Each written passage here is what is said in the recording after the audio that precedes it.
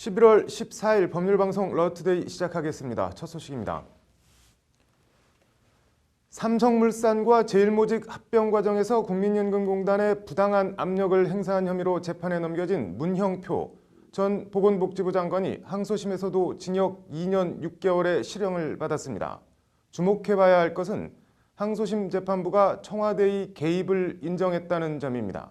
의미를 김효정 기자가 전해드립니다. 항소심 선고 공판에 출석하기 위해 호송차에서 내린 문형표 전 장관은 무표정한 얼굴로 빠르게 법정으로 들어갔습니다. 문 전 장관은 지난 2015년 삼성물산과 제일모직 합병에 찬성하도록 국민연금공단에 부당한 압력을 행사한 직권남용 혐의를 받고 있습니다. 항소심 재판부는 오늘 문 전 장관에게 1심과 같은 징역 2년 6개월의 실형을 선고했습니다. 재판부는 문 전 장관이 직권을 남용해 복지부 공무원 등을 합병에 찬성하도록 유도했다고 질타했습니다. 국민연금에 거액의 손해를 끼친 배임 혐의로 재판에 넘겨진 홍완선 전 국민연금 기금운용본부장에 대해서도 법원은 징역 2년 6개월의 실형을 선고했습니다. 재판부는 판결문에서 이들의 행동으로 인해 이재용 삼성전자 부회장 등 삼성 대주주에게는 재산상 이익을, 연금공단에는 손해를 가하는 등 죄질이 좋지 않다고 밝혔습니다. 연금공단의 제일모직과 삼성물산 합병 찬성에 따른 최종 수혜자가 이재용 부회장임을 적시한 겁니다. 재판부는 나아가 삼성물산 제일모직 합병과 청와대와의 연관성도 직접 거론했습니다. 재판부는 먼저 최원영 전 고용복지수석이 박근혜 전 대통령으로부터 합병 안건에 대한 국민연금의 의결권 행사를 챙겨보라는 지시를 받은 점을 언급했습니다. 재판부는 그러면서 문 전 장관은 박근혜 전 대통령의 이 사건 합병 안건에 대한 연금공단의 의결권 행사를 잘 챙겨보라는 지시를 적어도 인지한 것으로 보인다고 설명했습니다. 즉 박 전 대통령이 삼성 합병건을 잘 챙겨보라는 지시를 내렸고 문 전 장관은 박 전 대통령의 그런 지시가 있었다는 점을 인지했고 이에 따라 문 전 장관이 삼성 합병을 위해 연금공단에 부당한 압력을 행사했다는 것이 항소심 재판부 판단입니다. 앞서 1심은 문 전 장관 등에 대해 유죄를 선고하면서도 청와대의 지시나 개입 여부는 따로 판단하지 않았습니다. 뇌물죄 성립의 필수 요건은 대가성과 청탁 여부입니다. 삼성 합병을 잘 챙겨보라는 박근혜 전 대통령의 지시가 있었고 국민연금공단 삼성 합병 찬성의 최종 수혜자는 이재용 부회장이라는 문형표 전 장관에 대한 오늘 항소심 판결. 검찰은 항소심 판결문을 박 전 대통령과 이 부회장 재판에 증거로 제출할 계획입니다. 법률방송 김효정입니다. 최순실 씨 딸 정유라 씨 이화여대 입시 학사비리 관련자들이 항소심에서도 징역형 실형을 선고받았습니다. 서울고법 형사 3부는 오늘 업무방해 등 혐의로 기소된 최순실 씨와 최경희 전 이대 총장에 대해 1심과 마찬가지로 각각 징역 3년과 징역 2년을 선고했습니다. 김경숙 전 이대 신산업융합대학장도 원심대로 징역 2년, 남궁곤 전 입학처장에게는 징역 1년 6개월이 선고됐습니다. 재판부는 최순실 씨에 대해 부모로서 자녀에게 원칙과 규칙 대신 강자의 논리와 승자의 수사부터 배우게 했다며 이로 인해 자신뿐 아니라 자녀의 앞날까지 망쳤다고 질타했습니다. 최 전 총장 등에 대해서도 재판부는 스승으로서 제자들에게 공평과 정의를 이야기하며 자신들 스스로는 부정과 편법을 쉽게 용인했다며 우리 사회의 공정성에 대한 국민 전체의 믿음과 신뢰를 저버렸다고 양형 사유를 밝혔습니다. 1심에서 실형을 면한 류철균 교수와 이인성 교수는 항소심에서도 징역 1년에 집행유예 2년을 각각 선고받았습니다. 국정원 특수활동비 청와대 상납 혐의로 검찰에 불려나온 이병기 전 국정원장이 오늘 새벽 검찰에 긴급 체포됐습니다. 검찰은 오후엔 남재준, 이병호 두 전직 국정원장에 대해서도 전격적으로 구속영장을 청구했습니다. 일단 이병기 전 원장 신병부터 잡아둔 배경과 이유, 장한지 기자가 전해드립니다. 오늘 새벽 3시 이병기 박근혜 정부 두 번째 국정원장이 검찰에 긴급 체포됐습니다. 일단 이병기 전 원장이 국정원 돈을 전달한 사실을 시인한 만큼 증거인멸이나 도주 우려를 이유로 긴급 체포한 것은 아니라는 것이 검찰 안팎의 대체적인 시각입니다. 관련해서 이병기 전 원장은 검찰 조사에서 압박감과 이에 따른 불안, 자책 등 큰 심리적 동요를 보인 것으로 전해졌습니다.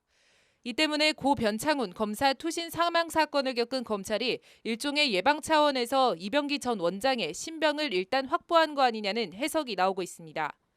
나아가 원활한 수사를 위해서도 이 전 원장의 신병 확보는 필수 불가결합니다. 검찰은 이병기 전 원장 시절 월 5천만 원대이던 국정원 상납금이 월 1억 원대로 2배 뛴 것으로 보고 있습니다. 액수도 액수지만 박 전 대통령이 그 돈을 받아서 어디에 썼는지 용처도 반드시 밝혀야 할 과제입니다. 그 중간 고리 지점에 국정원장과 비서실장을 이어지는 이병기 전 원장이 있는 겁니다. 남재준 이후에 이 전 원장은 국정원장으로도 있었고 이게 비서실장으로 있었으니까 그만큼 네. 박근혜 전 대통령과의 관계가 지근거리에서 이루어지다 보니까 그 내역 돈을 이 5천에서 1억으로 증액된 배경이 뭔지, 그리고 그렇게 증액된 돈을 비롯한 2억 원이 1억 원이 쓰여진 그 용처는 어딘지. 검찰은 긴급 체포 시한 48시간 내에 이병기 전 원장에 대한 구속영장을 청구할 방침입니다. 검찰은 오늘 오후에는 앞서 소환 조사한 남재준, 이병호 전 국정원장에 대해 구속영장을 청구했습니다. 남재준 전 원장은 특가법상 국고손실 및 뇌물공여 그리고 국정원법 위반 직권남용 혐의가 적용됐습니다.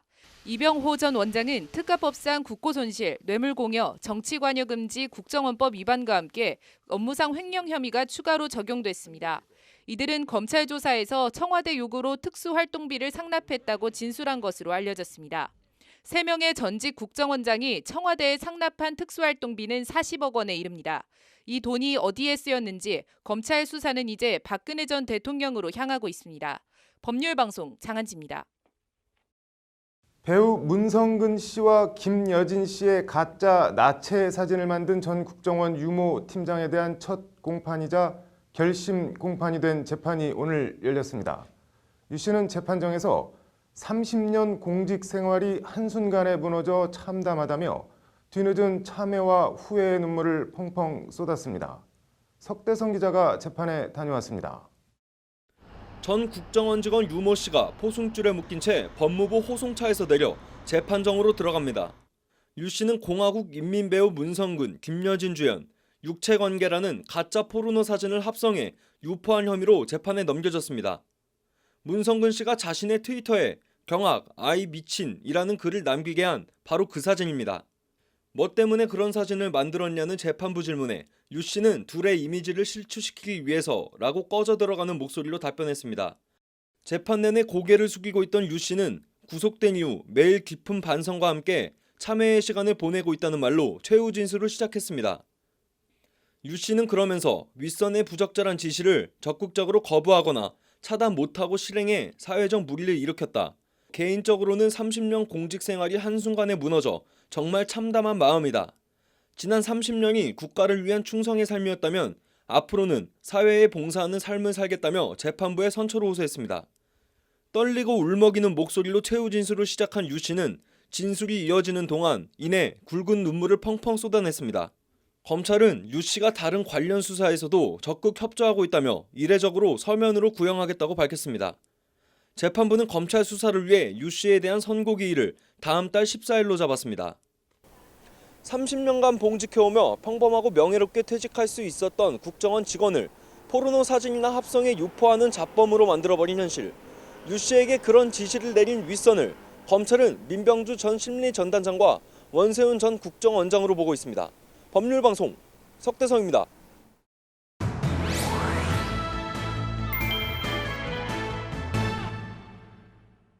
네, 남승한 변호사의 시사 법률, 어제에 이어 오늘도 공정거래 얘기 해보겠습니다. 남 변호사님, 김상조 공정거래위원장이 징벌적 손해배상제를 강화하겠다라는 의견을 밝혔는데 그러니까 손해배상제, 뭐 용어 설명부터 좀 해주시죠. 말 그대로 징벌하는 겁니다. 그래서 네. 영문으로는 punitive damage라고 합니다. 네. 영미법계에서 인정하고 있는 손해배상인데요. 네. 우리나라는 대륙법계, 소위 말하는 독일, 프랑스 법계를 따르고 있습니다. 근데 네. 독일, 프랑스 법계는 손해배상에 있어서 실제 손해를 한도로 합니다. 네. 그런데 영미법계 이 punitive damage 제도는 일정한 요건, 예를 들면 고의적으로, intentionally 하거나 네. 또는 악의적으로, 뭐 maliciously 네. 또는 그 과실의 정도가 중하게 뭐 gross recklessly 뭐 이런 네. 정도 요건이 있는 경우에 한해서는 그 손해액의 한도를 정하지 않고 있거나 네. 또는 실제 손해액의 뭐 5배, 6배 이렇게 정하고 있는 것이 있습니다. 네. 우리나라는 형벌과 구별해야 된다는 제도라서 이 점을 네. 인정하지 않고 있는데 영미법계에서는 인정하고 있는 제도입니다. 네. 그 영화 뭐 에린 브로코비치인가 거기서 네. 나왔던 뭐 그런 거네요. 그러니까. 네, 맞습니다. 그럼 그 동안은 우리나라에는 이 징벌적 손해배상 제도라는 게 뭐 전혀 없었나요? 있기는 있습니다. 지금 네. 현재 9개 법률 정도에서 징벌적 손해배상에 유사한 또는 징벌적 손해배상이라고도 할 수 있는 제도가 있습니다. 예를 네. 들면 기간제 근로자 보호법 같은 것, 또는 파견 근로자 보호에 관한 법률, 네. 신용정보의 제공 및 이용에 관한 법률이라든가, 또 공정거래 관련 법률 중에는 하도급거래 공정화에 관한 법률에 마찬가지로 징벌적 손해배상 제도가 도입되어 있습니다. 근데 우리나라에서 말하는 징벌적 손해배상 제도는 실제 손해액의 3배까지 배상하도록 하는 그런 네. 의미의 징벌적 손해배상 제도입니다. 뭐 실질적으로 뭐 징벌로 볼 수 없다 뭐 이런 취지에서 김상조 위원장이 그러면은 강화하겠다 이런 발언을 한 건가요? 네, 그렇게 보입니다. 네. 3배라고 하면 네. 소위 말하는 위하적 기능, 이것 때문에 어떤 범죄로 안 나아가는 기능이 좀 떨어진다. 위하적 기능이 뭔가요? 그러니까 겁을 내고 어떤 부정한 행위로 나아가지 않도록 하는 효과입니다. 형벌 효과에서 많이 쓰는 내용인데요. 네. 이게 이제 민사제도에 도입된다는 것입니다. 네. 그러면은 궁금한 게 피해액을 뭐 배상액을 어느 정도까지 하자는 게 김상조 위원장 생각인가요? 지금 보도된 바로는 김상조 위원장은 10배까지 하자 이렇게 얘기하고 있는 것 같습니다. 네. 10배라면 상당한 것으로 보이기는 하는데요. 네. 왜냐하면 뭐 미국의 경우에도 5배에서 6배, 물론 아예 한도를 안 정하고 있는 경우도 있긴 하지만요. 네. 그런데 10배 이렇게 하고 있으니까 이거는 범위는 좀 상당해진 것 같습니다. 네. 뭐 징벌적 손해배상의 뭐 대상을 늘리고 이렇게 하다 보면 공정위 업무 부담이 아주 크게 늘어나는 거 아닌가요? 뭐 그거에 대한 대안이나 대책 같은 것도 있나요? 그러니까 아무래도 인력이 필요하게 됩니다.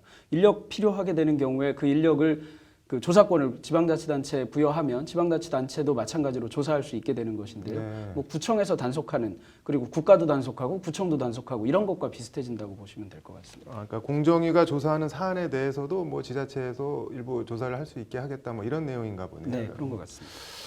김상조 공정거래위원장이 밝힌 뭐 구상과 방침 이거 어쨌든 법을 개정하거나 새로 만들거나 해야 되는 것들인데 국회 입법 처리 과정이 어떻게 될지 관심이네요. 오늘 잘 들었습니다.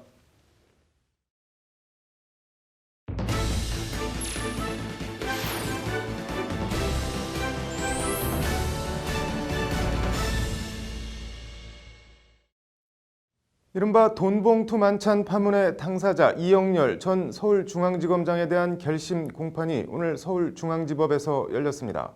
검찰은 벌금 500만 원을 구형했습니다. 이 전 지검장은 지난 4월 후배 검사들과의 술자리에서 법무부 검찰국 검찰과장과 형사기획과장에게 특수활동비에서 경력금조로 각각 100만 원씩을 주고 1인당 9만 5천 원짜리 식사를 제공하는 등 109만 5천 원의 금품을 제공한 혐의로 기소됐습니다. 법 조문으로는 부정청탁 및 금품 등 수수의 금지에 관한 법률, 일명 김영란법 위반입니다. 검사가 김영란법 위반 혐의로 기소된 건 이영렬 전 지검장이 최초입니다. 재판 내내 책상만 바라보고 있던 이 전 지검장은 최후 진술에서 엊그제까지 검찰을 지휘하다가 피고인이 되어 검찰과 법리를 다투고 있는 모습이 참담하다는 소회를 밝혔습니다.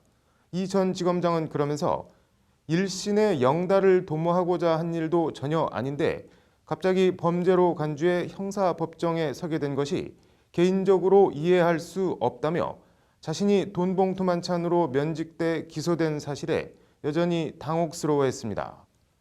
6개월 동안 밤낮 없이 진행된 국정농단 등 큰 사건을 일단락 짓고 업무 연장선상에서 격려를 베풀었을 뿐이라며 역대 서울중앙지검장들이 아마도 늘 해왔던 일일 것이라는 게 이 전 지검장의 말입니다. 이 전 지검장이 느끼고 있을 참담함과 당혹감이 일면 어느 정도는 이해가 갑니다. 다만 6개월 동안 밤낮 없이 진행된 국정농단 사건 수사 마무리라는 말은 마음에 좀 걸립니다. 우병우 전 수석 봐주기 논란 등 수많은 부실 수사 논란 속에 결국 윤석열 지검장 취임 뒤 국정농단 전반 전면 재수사 수준의 수사를 다시 벌이고 있기 때문입니다. 역대 서울중앙지검장들이 늘 해왔던 일일 것이다. 이영렬 전 서울중앙지검장이 김영란법 위반으로 유죄를 받는 첫 검사가 될지, 이 전 지검장에 대한 선고 공판은 다음 달 8일 열립니다. 앵커 브리핑이었습니다. 네, 이어서 법조계 소식 전해드리겠습니다. 간호사들에게 체육대회 장기자랑에서 선정적인 옷차림과 춤을 강요해 논란이 된 한림대 성심병원재단이 오늘 윤대원 이사장 명의 공식 사과문을 발표했습니다. 윤 이사장은 깊은 사과와 송구스러운 마음을 표한다며 사회적 무리의 변명의 여지가 없으며 이러한 일이 반복되지 않도록 하겠다고 밝혔습니다.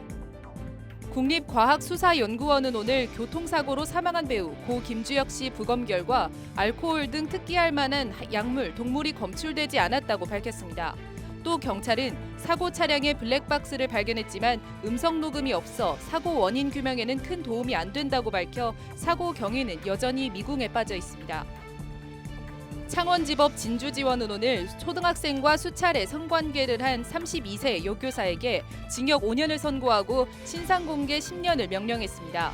재판부는 교사로서 학생과 학부모 모두의 신뢰를 저버린 심각한 배신 행위이자 인간으로서 갖추어야 할 최소한의 예의조차 저버린 행위라고 질타했습니다. 법무부는 내일 오후 3시 서울 여의도 켄싱턴 호텔에서 제8회 우리 헌법 만들기 공모전 시상식을 연다고 밝혔습니다. 우리 헌법 만들기 공모전은 가정과 학교, 직장 구성원 간에 지킬 약속과 원칙을 헌법 형식으로 만들어 실천함으로써 법과 원칙의 소중함을 체험할 수 있도록 한 법교육 프로그램입니다.